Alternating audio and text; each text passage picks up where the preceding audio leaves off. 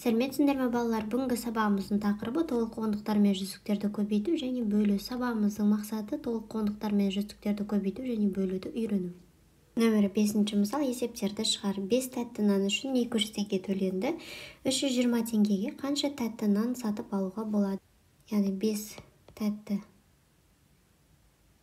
нан үшін қанша теңге төленді? 200 теңгеге. Ал 320 теңгеге қанша тәтті нан алуға болады? Соны табу керек. 5 тәтті нан деген ол бізде саны болып тұр, 5 тәтті нан, ал 200 теңге ол бізде құны. Яғни бұл жерде бізге нені табу керек? Бағасын. Яғни бір тәтті нан қанша теңге тұратынын табу керек, Енді оны табу үшін не істейміз? Яғни бағасын табу үшін құнын санына бөлеміз, Яғни 200-ді бөлеміз 5-ке. Сонда қанша болады? 40, Яғни бір тәтті нан 40 теңге тұрады екен. Енді бізге сұрайды, 320 теңгеге қанша тәтті нан алуға болады? Яғни бізде міне құны бар, бағасы бар. Бізге нені табу керек? Санын табу керек. Яғни қанша тәтті нан 320 теңгеге сатып ала аламын. Оны білу үшін не істеймін? 320-ны 40-қа бөлемін. Не істейміз? Мына нөлдерді алып тастаймыз, 32-ні 4-ке бөлсек 8. Сонда жауабына жазамыз. 320 теңгеге 8 тәтті нан сатып алуға болады.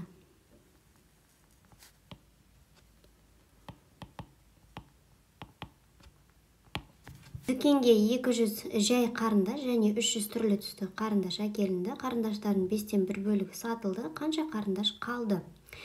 Есеп не туралы, яғни жай қарындаштар мен түрлі түсті қарындаштардың әкелінген туралы, Есепте не белгілі? 200 жай қарындаш және 300 түрлі түсті қарындаш әкелінген белгілі, және оның 5-тен 1 бөлігі сатылғаны белгілі. Енді есепте нені табу керек? Қанша қарындаш қалды? Соны табу керек. Енді есептің шартын жазайық. Әкелінді қанша қарындаш? 200 жай қарындаш, және 300 түрлі түсті. Енді сатылды. Қаншасы сатылды дейді? 5-тен 1 бөлігі. Бізге нені табу керек? Қаншасы қалды? Ең бірінші бізге барлығы қанша қарындаш әкелінген табу керек, Оны табу үшін 200-ге 300-ді қайтаймыз, қосамыз. Сонда барлығы 500 қарындаш әкелінген екен дүкенге. Енді 5-тен 1 бөлігі сатылды дейді. Яғни мына 500-дің 5-тен 1 бөлігін табамыз. Оны қалай табамыз? 5-ке бөлеміз де 1-ге көбейтеміз дегеніміз, Несті қанша шығады? 100. Яғни 100-і сатылған екен. Енді бізге табу керек, қаншасы қалды. Енді басын тапқыда бізде 500-і әкелінсе, 100-і сатылса, сатылды деген кезде біз не істейміз? Азайтамыз. Яғни 500-ден 100-ді алып тастаймыз. Сонда 400 болады. Яғни жауабына жазамыз. Дүкенде 400 қарындаш қалды.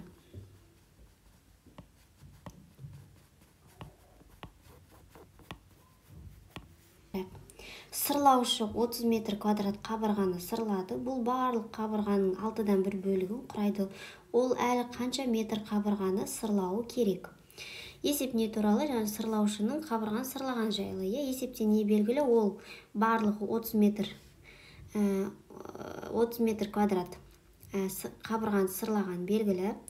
Және бұл барлық қабырғаның 6-дан 1 бөлігін құрайды. Енді бізге нені табу керек? Әлі қанша метр қабырғаны сырлау керек, соны табу керек. Яғни жазамыз, сырлаушы сырлады, қабырғаны қанша? 30 метр квадратты, Бұл барлық қабырғаның 6-дан 1 бөлігі. Яғни бұл жанама сұрақпен берілген есеп. Сырлауы керек, әлі қанша? Соны табу керек бізге. Белгісіз. Енді қараймыз, бұл бізде жанама түрде берілген. Бізге айтады 30 метр квадрат ол осы барлық қабырғаның алттан бір бөлігі дейді. Демек біз 30 метр квадраттың алттан бір бөлігін таппаймыз. Керісінше мына барлық қабырғаның метр квадрат қабырға бар екенін табу керек. Бізде 30 метр квадрат қана, яғни ол алттан бір бөлігі. Демек бізге барлығын табу үшін не істейміз? Керісінше бүтін бөлігін табуымыз керек. 30-ды 6-ға көбейтеміз де 1-ге бөлеміз.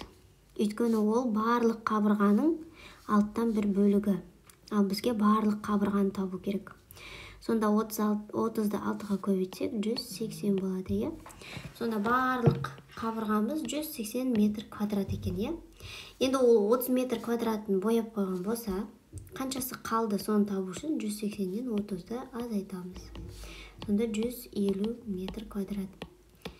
Сонда жауабына жазамыз. Әлі 150 метр квадрат қабырғаны сырлауы керек. Нөмір 6-шы мысал, түсіндіре отырып есепте дұрыстығын тексер. 80 бөлінген 2. Енді бізде 2-мізде 0 жоқ, демек осы 0 сақталады деген сөз. Енді біз не істейміз? Мына 8-ді 2-ге бөлеміз. Сонда қанша болады? 4. Және біздің 0-мыз бар дедік, сонда 40 шығады. Келесі мысалға 800 бөлінген 2, дәл солай. Мына 2-0-ді не істейміз? Жауабымыздың мына сол жағына жазып қоямыз. 8-ді 2-ге бөлеміз, 4. Сонда 400. Келесі 900 бөлінген 300. Бұл жерде енді бөлгіш бітімімізде 0 бар. Демек бөлінгіштен де осы 2-0-ді алып тастаймыз. 9-ды 3-ге бөлсек 3. Мысалы 400 бөлінген 2. Бұл жерде 0-дарымыз, бөлгіште 0 жоқ. Сонда мына 0-дарды сақтап аламыз. 4-ді 2-ге бөлеміз, 2, 200. Келесі 100 бөлінген 20. Бізде мына бөлгіште 1 0 ғана бар. Демек мына жерден де 1 0-ды аламыз. Енді 10-ды 2-ге бөлеміз, 5. 100 бөлінген 2, 0 жоқ. Мына 2 0-ды қоя алмаймыз, өйткені 1 2-ге бөлінбейді. Сондықтан 1 0-ды ғана көшіріп аламыз. Енді мында 10 қалды. 10-ды 2-ге бөлеміз, 5. Келесі нөмірі 7-ші мысал, есепте. Мысалы 30-ды 3-ге көбейтейік. 3-ді 3-ге көбейтсек 9, және біздің 0-мыз бар, сонда 90. 20-ны 3-ге көбейтейік. Мына алдында тұрған сандардың екеуін көбейтеміз. 2-ні 3-ге. 6, сосын мына 0-мызды артына қоя саламыз. 60. 60 бөлінген 3. Мұнда 6-ны 3-ге бөлеміз. Сонда 2, және мына 0-ды артына қоя саламыз. Сонда 20. Келесі 60-ды 2-ге бөлеміз. Дәл солай, 6-ны 2-ге бөлеміз. 3, және 0-ды қоямыз, сонда 30 шығады. Келесі 888-ге 8-ді қосайық. Кіліктерден бастап қосамыз, 8-де 8 қоссақ 16, 6-сын жазамыз 1 ойда, 1-ге 8 қоссақ 9, сосын 8, сонда 896 шығады. 450 қосылған 90, 0-дарды қосып аламыз. 5-ге 9 қосамыз. 14, 1 ойда, сонда 540. 245 қосылған 60. Мысалға, баған түрінде қоссақ болады. 5-ге 0 қосам 5, 4-ге 6 қосам 10, 0 жазам 1 ойда. 305 болады. 1000, 450. Мысалы 1000. Алынған 450.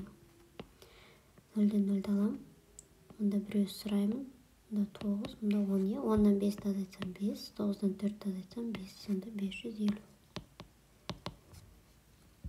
Келесі.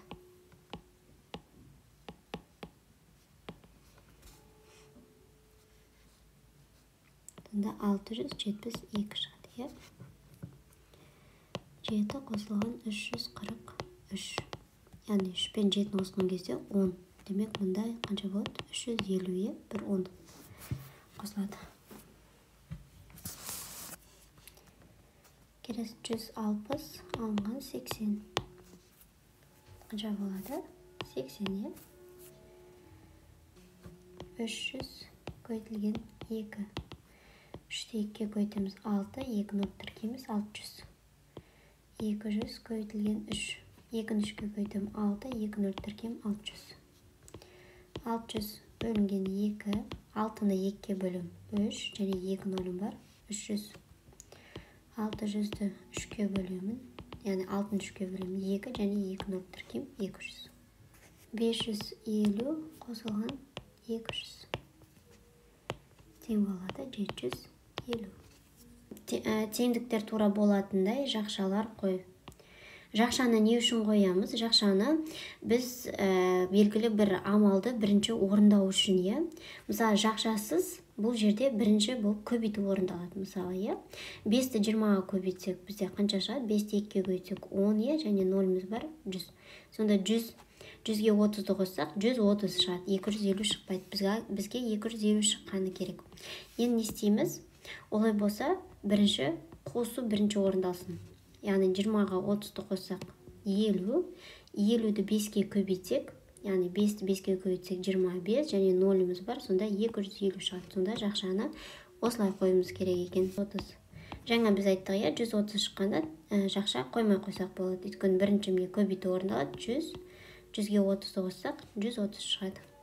Келесі 400 қосылған 200 бөлінген 2. Тең болады 300. Бұл жағдайда бірінші бізде бөлу орындалады. 200-ді 2-ке бөлсек қанша болады? 100-е.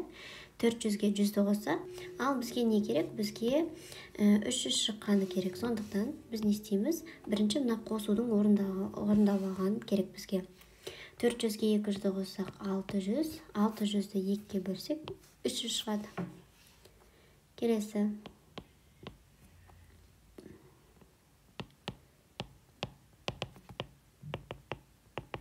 Мұнда жақша қоймай қойсақ та болады. 200-ді бірінші бөлуді орындап аламыз. 200-ді 2-ке бөлсек 100, сосын қосуды орындаймыз. 400-ге 100-ді қоссақ 500 шығады.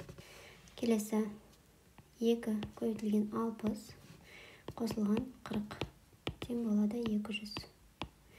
Мысалы 2 мен 60-тың көбейтіндісі, яғни 2-ні 6-ға көбейтсек 12, және 0 тіркейміз 120. 120-ға 40-ды қоссақ 160, 200 шықпайды. Демек, бірінші бізге не істеу керек? 60 пен 40-тың қосындысын жақшаға алу керек. 60 пен 40-тың қосындысы 100 болады. 100-ді 2-ке көбейтсек 200 шығады. Енді 100 қосылған 350 бөлінген 9. Мысалы, жақшасы есептейтін болса, бұл жерде жақша қою керек, өйткені 350 9-ға бөлінмейді. Мына қосындыны жақшаға аламыз. 100 қосылған 350 тең болады 450. Енді 450-ді 9-ға бөлге болады. Яғни 45-ті 9-ға бөлсек 5 шығады, және 0-ды қоямыз. Сонда 50 шығып тұр. Нөмірі 9-шы мысал. Есепте 245 қосылған 39. 5-ке 9-ды қосам 14, 4-ін жазам 1 ойда, 4-ке 3-ді қосам 7, ойымдағымен 8, 2 түсіреді. Сонда 284 болады жауабы. Келесі 257 қосылған 99. 7-ке 9-ды қосам 16, 6-сын жазам 1 ойда, 5-ке 9-ды қосам 14, ойымдағымен 15, 1 ойда, 3-ті түсірем. Сонда 356. Келесі 548-ге қосайық 49-ды. 8-ге 9-ды қосам 7, 1 ойда, 4-ке 4 қосам 8, ойымдағымен 9, және 5 түсірем. Сонда 597 болады. Келесі 359 қосылған 99. 9-ға 9-ды қосамыз 18, 8-ін жазам 1 ойда, 5-ке 9-ды қосам 14, ойымдағымен 15, 1 ойда, 3 өзі түседі, ойымдағымен 4 болып түседі. Сонда 458 болып түседі. мыналарды қосайық. 390 мың қосылған 45 мың. Яғни мына нөлдерді бүйтіп алатын болсақ, яғни мына нөлдерді біз бірден жазып алсақ болады, яғни бұл жерде біз 390-ға 45-ті қосамыз. Сонда 0-ға 5 қосам 5, 9-ға 4 қосам 13, бір ойда. Сонда 435 шығады, және мына 3 нөлді тіркеп жазсам. Сонда 435 мың.